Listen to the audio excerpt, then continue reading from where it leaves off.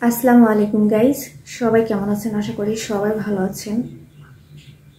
কিন্তু গাইস, আমি তেমন একটা ভালো নেই আসলে। বন্যার পরিস্থিতির খবর শুনে মনটা খুবই খারাপ। তো এই জন্য আসলাম আপনাদের সাথে কিছু কথা শেয়ার করার জন্য। আমার বাবার বাড়ির জেলা ফরিদপুর, আর আমার বিয়ে হয়েছে কুষ্টিয়াতে। তো কুষ্টিয়া অঞ্চলে আমি এসেছি প্রায় 10 বছর হয়ে গেছে। আমি এই পর্যন্ত কখনোই বন্যা হতে দেখিনি। এখানে হয়তো উঁচু এলাকা, কিন্তু আমার বাবার বাড়িতে আমি যখন বড় হয়েছি, আমি বহুবার এইরকম বন্যার মুখে পড়েছি এবং কি বন্যার পরিস্থিতি আমি নিজে চোখে দেখেছি, নিজে সেইটা অনুভব করেছি। আমার খুব চিন্তা হচ্ছে যে আমার বাবার বাড়ির ওইদিকে পানির কি অবস্থা হবে এবং কি এখন পর্যন্ত নাকি মানে নিয়ন্ত্রণে আছে। এরপরে কি হবে আমি শিওর জানি না। আমি খুব টেনশনে থাকি। আমি আমার আমার বাবার কাছে, আমার ভাইদের কাছে অনেকবার কল দিয়েছি আর মানে ভয় লাগে। একদম নদীর কিনারে তাদের হচ্ছে বাড়ি, মানে কোনো রকম পানি উঠলেই হচ্ছে বাড়ি ডুবে যাবে। এইরকম ভয়াবহ অবস্থা কখনোই হয় নাই। অনেক আগে হয়েছে আমি শুনেছিলাম, আবার এই এখন হলো। এখন যে পরিস্থিতি, অনলাইনে ঢুকলেই মানে অনেক ধরনের নিউজ, অনেক কিছু দেখতে পাচ্ছি। কিন্তু বন্যার এই পানির কোনো উন্নতি নেই, আরো খারাপ পরিস্থিতি হচ্ছে।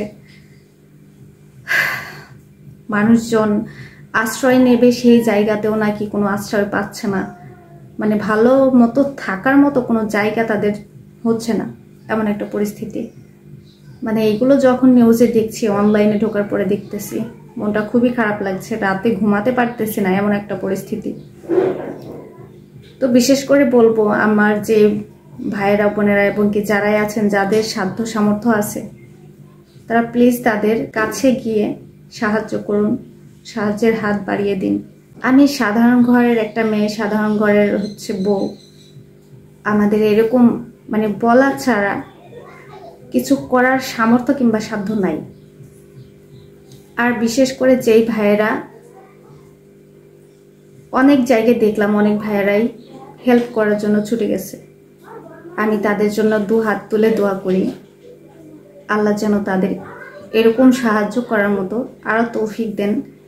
আর আসুন আমরা সবাই মিলে তাদের জন্য দোয়া করি, যেন এই বন্যার হাত থেকে আল্লাহ সবাইকে রক্ষা করে।